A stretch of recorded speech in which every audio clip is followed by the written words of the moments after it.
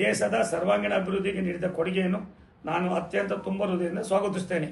ಇದಕ್ಕಾಗಿ ಇಂಥ ಒಳ್ಳೆಯ ಬಡ್ಜೆಟ್ ಅನ್ನು ನೀಡಿ ಕರ್ನಾಟಕ ಅಭಿವೃದ್ಧಿಯಲ್ಲಿ ಯಾವುದೇ ರಾಜ್ಯಕ್ಕೂ ಕೂಡ ಕಡಿಮೆ ಇಲ್ಲ ಅನ್ನೋದನ್ನು ಎತ್ತಿ ತೋರಿಸ್ತಕ್ಕಂಥ ಒಂದು ದೊಡ್ಡ ಕೆಲಸವನ್ನು ರಾಷ್ಟ್ರದ ಪ್ರಧಾನಮಂತ್ರಿಗಳು ಮಾಡಿದ್ದಾರೆ.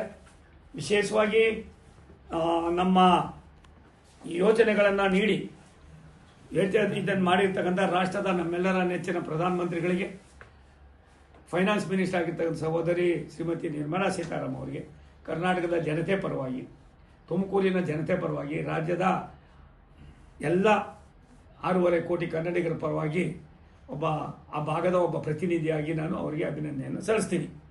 ಇವತ್ತು ಕರ್ನಾಟಕದಲ್ಲಿ ಬಹುತೇಕ ಎಲ್ಲೆಲ್ಲಿ ನ್ಯೂ ಲೈನ್ಗಳು ಬರ್ತಾ ಇದೆ, ಈಗೆಲ್ಲಕ್ಕೂ ಕೂಡ ದುಡ್ಡನ್ನು ಬಿಟ್ಟಿದ್ದಾರೆ. ಯಾವ್ಯಾವುದೋ ವರ್ಷಗಳಿಂದ ನಿಂತಿತ್ತೋ ಎಲ್ಲವನ್ನು ಕೂಡ ಮಾಡೋದ್ರ ಜೊತೆಯಲ್ಲಿ ನನಗನ್ನಿಸ್ತದೆ ನಾವು ನಿರೀಕ್ಷೆಯೂ ಕೂಡ ಮಾಡಿದಷ್ಟು ಹಣವನ್ನು ಬಿಡುಗಡೆ ಮಾಡಿದ್ದಾರೆ. ನಮ್ಮ ಉದ್ದೇಶ ಇಷ್ಟೇ, ಇನ್ನು ಒಂದು ವರ್ಷದಲ್ಲಿ ಹೋದ ವರ್ಷದ 7,559, ಈ ಸಾರಿನ 7,564 ಕೋಟಿ ರೂಪಾಯಿಗಳನ್ನು ವಿನಿಯೋಗ ಮಾಡಿ ನಮ್ಮಲ್ಲಿ ಸುಮಾರು ವರ್ಷಗಳಿಂದ ನೆನೆಗುದಿಗೆ ಬಿದ್ದಂಥ ಯೋಜನೆಗಳನ್ನು ಪೂರ್ತಿ ಮಾಡ್ತಕ್ಕಂಥದ್ದಕ್ಕೆ ಪ್ರಾಮಾಣಿಕವಾದ ಪ್ರಯತ್ನ ಮಾಡೋದಕ್ಕೆ ಈ ಬಡ್ಜೆಟ್ಟು ನಮಗೆ ಒಂದು ದಿಕ್ಸೂಚಿಯಾಗಿದೆ.